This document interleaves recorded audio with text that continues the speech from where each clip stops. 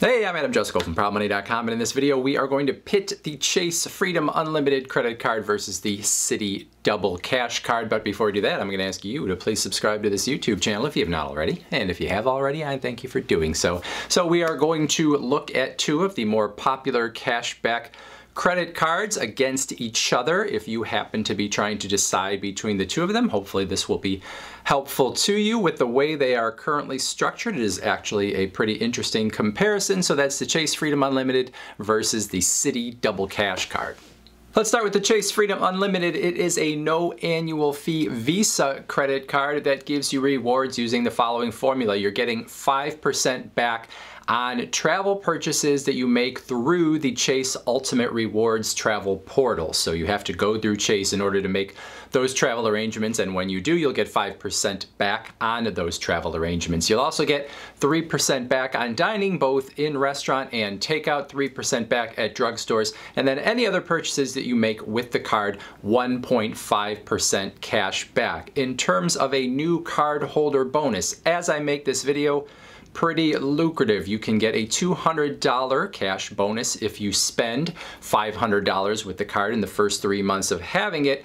Plus, you will get 5% back on any grocery purchases you make for the whole first year that you have the card, and that's on up to $12,000 worth of grocery purchases. Beyond $12,000, you'd get that 1.5% instead. That doesn't include Target and Walmart and some of the other big box warehouse club stores, so we're talking more about supermarkets and that sort of thing. So if you only do your shopping at Walmart and Target, maybe that's not as attractive. But anyway, you've got a $200 bonus and you've got that 5% on groceries for that whole first year that you have the card. There is no minimum in order to redeem for cash back with Chase. If you do decide to use the rewards you get from Chase in other ways, there can be a minimum in terms of being able to redeem. Now, understand that the way Chase actually structures their rewards program, even though I'm talking about cash back, they are actually giving you points in the Chase Ultimate Rewards program. So when I say 5% back, I'm talking about 5 points per dollar, 3% back, 3 points per dollar. The nice thing about this is, number one, you can get the cash back just like I said, but you can also decide to use your points in other ways. And specifically, the way that some people really find extra value from this card is if they pool points with one of the Chase Sapphire cards, the Chase Sapphire Reserve or the Chase Sapphire Preferred, because you can use your points there and you can get even a higher boost on them when you use those points for travel through the Chase Ultimate Rewards travel portal. So the Chase Sapphire Reserve will give you a 50% boost on those points. The Chase Sapphire Preferred, a 25% boost on those points. So if you have both cards, you could transfer your points to the Chase Sapphire cards and then get even more than the numbers that I'm talking about. In terms of rates and fees on this card, like I said already, it is a no annual fee card. In terms of your interest rates, first off, you'll get a 0% rate for the first 15 months you have the card on purchases that you make with the card. After those first 15 months, you're going to have an interest rate that could be anywhere from 14.99% all the way up to 23.74%. At least those are the rates as I make this video. They are variable rates, so they could change over time. Which side you're going to get, the 14.99 or up to the 23.74, is going to depend on your credit history. In terms of foreign transaction fees, if you use the card outside of the United States, you are going to get charged an extra 3% on those purchases outside of the US. And then you have a few other benefits with this card as well. 5% back on Lyft rides through March of 2022. You have extended manufacturer's warranty coverage. When you buy something with the card, they're going to extend the warranty that you get from the manufacturer.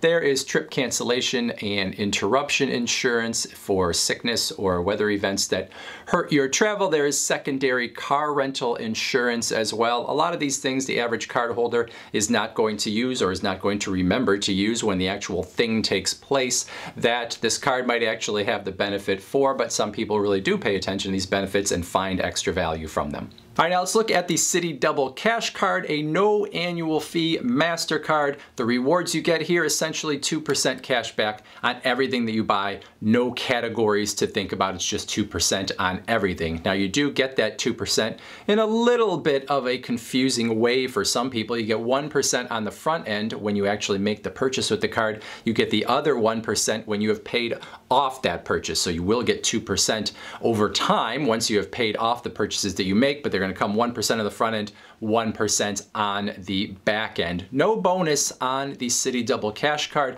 at least not as I make this video. Very, very occasionally you will find an offer with a bonus on this card, but it is pretty rare. So for the purposes of this video, I'm going to tell you that there's not a bonus, and that's probably what you're likely to see. In terms of redeeming your cash back, you have to earn at least $25 before you can get any of that cash back. You also can convert your cash back into Citi Thank You points and share those points with other Citi cards through the Citi Thank You program if you want to, for travel rewards and other things. So you do have a little flexibility there if that interests you. All right, let's look at the rates and fees on the Citi Double Cash card. Like I said already, no annual fee. In terms of your everyday interest rate, could be anywhere from 13.99% to 23.99% as I make this video, depending on your credit history. If your credit history is good enough to get 13.99%, that's not a bad interest rate. If your credit history puts you up by the 23.99% end, that's not a good interest rate. So you don't want to be carrying a balance no matter what your interest rate is, but especially if you're up there over 20%. Now there is a 0% offer on this card for balance transfers for 18 months, but two things to know about that. Number one, there's a 3% balance transfer fee, which you'll pay up front in order to move a balance from another card onto this one and get that 0% rate. But the other thing to know, probably the more important thing to know, is that if you transfer balance onto this card thinking you're going to get that 0% rate for 18 months, any new purchases that you make with the card would then start getting charged interest because of the fact that there is a balance sitting on the card. So you'd end up getting the 0% on the balance that you transferred, but you wouldn't be getting the 0% on the new purchases that you make. So you start getting charged interest on those even if you were paying those off every month. So unless you paid off the full balance, you would start getting charged interest on your new purchases.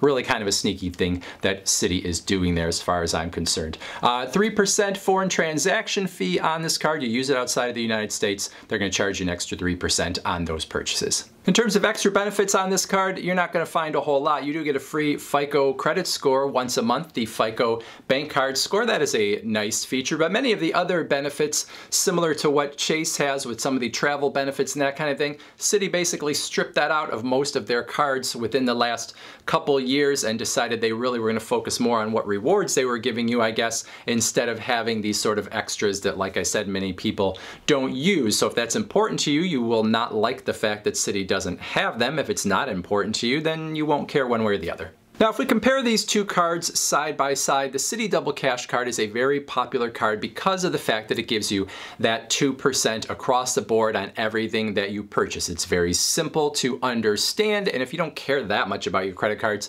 it is a card that many people will go after. I have this card myself, and I often talk about it positively in terms of the fact that if I can't get more than 2% on any purchase that I am making, that's when this card comes out, sort of my bedrock card in a way. However, if I were choosing between the two cards right now, and I looked at the Citi Double Cash card with the 2% across the board, and I looked at the Chase Freedom Unlimited with the features it has along with those bonuses, I would choose that Chase Freedom Unlimited in a heartbeat.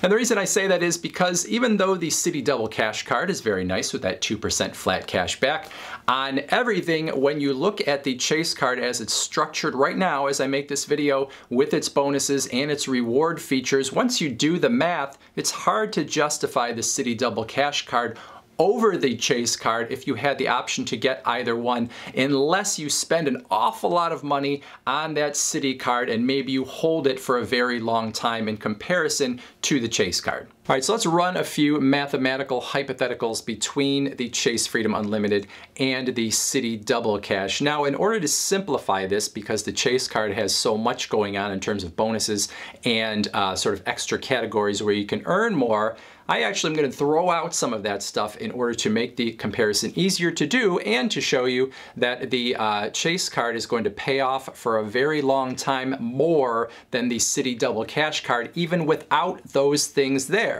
Now, if you consider those things, the extra grocery bonus, the 5% on travel, the 3% on dining, the 3% on drugstores, you can throw those on top of the numbers I'm going to show you to see even how much more value you potentially could have with the Chase Freedom Unlimited over the Citi Double Cash card. So we're going to start at $500 of spending once you get the card, because at $500 is where Chase is going to give you that $200 bonus. So at $500 of spending with the Chase Freedom Unlimited, you are going to have earned $207.50. It's going to be $7.50 on the 1.5% on the $500 in purchases, but the $200 bonus gets you up to $207.50. With the Citi Double Cash card at $500 in purchases, you will only have earned $10. 2% of $500 is $10. At $1,000 of spending, the Chase card will have earned you $215. $15 in terms of the 1.5% that you would earn, but then you've got that $200 bonus that is still in there. So $215 for that card. With the Citi card at $1,000, you would have earned $20. 2% of $1,000 is $20. So let's ratchet it up quite a bit here, because otherwise we could do this all day. At $10,000, the first $10,000 of spend with the Chase card, you would have earned $350. With the Citi card, you would have earned $200. Closer than we were at the beginning, but still you're $150 less with the Citi Double Cash card after $10,000 of initial spend with either card.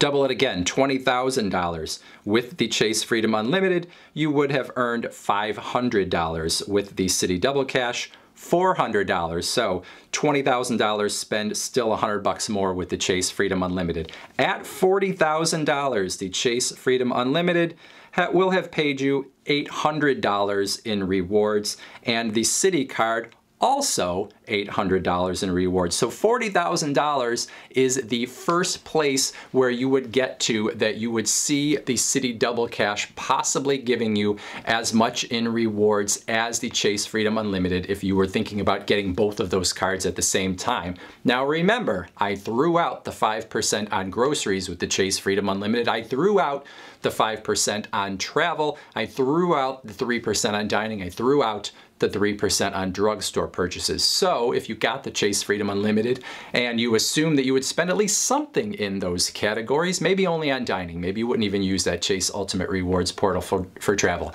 But even anything that you would use beyond means that the numbers I just showed you, you would have earned even more with the Chase Freedom Unlimited. So I'm saying 40,000 is sort of maybe the break-even point in terms of where you would say that you earn the same amount with each card, but maybe you could justify that as saying $50,000 is more the place where you would have that kind of break even, and then beyond that, maybe that's where the Citi Double Cash card would earn you more. And if you were going to use those dining and travel categories a lot, it's possible the Chase Freedom Unlimited card, you would earn more than 2%, and you would never get to a place where the Citi Double Cash card was a better value.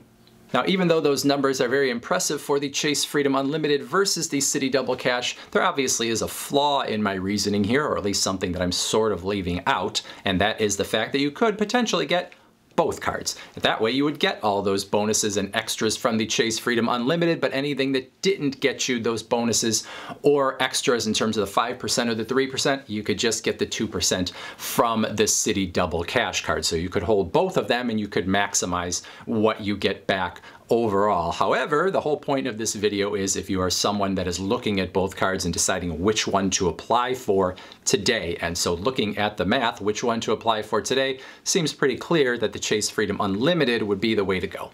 So the Citi Double Cash card could perhaps be declared the winner of this battle if you are someone that's going to hold just one card. You're going to put a lot of purchases on that card, but you can see with the math I just showed you, the Chase Freedom Unlimited probably going to beat it in the short term and the medium term for most people. And if you even compare the Citi Double Cash card to some other cards on the market, if they have a bonus, oftentimes the math is going to work against the Citi Double Cash card there as well. So until the Citi Double Cash card comes up with a bonus, it does have sort of a built-in disadvantage to many of the other credit cards on the market, even though it is nice to have that card to get that 2% on all those purchases where you can't get more with any of the other cards you hold. So the winner of this battle, the Chase Freedom Unlimited, but obviously the Citi Double Cash card has some nice features as well. Questions, comments, put them in the comments section. Otherwise, I thank you for watching. And as always, please go to proudmoney.com where we do credit card reviews, we talk personal finance, we talk deals, and all sorts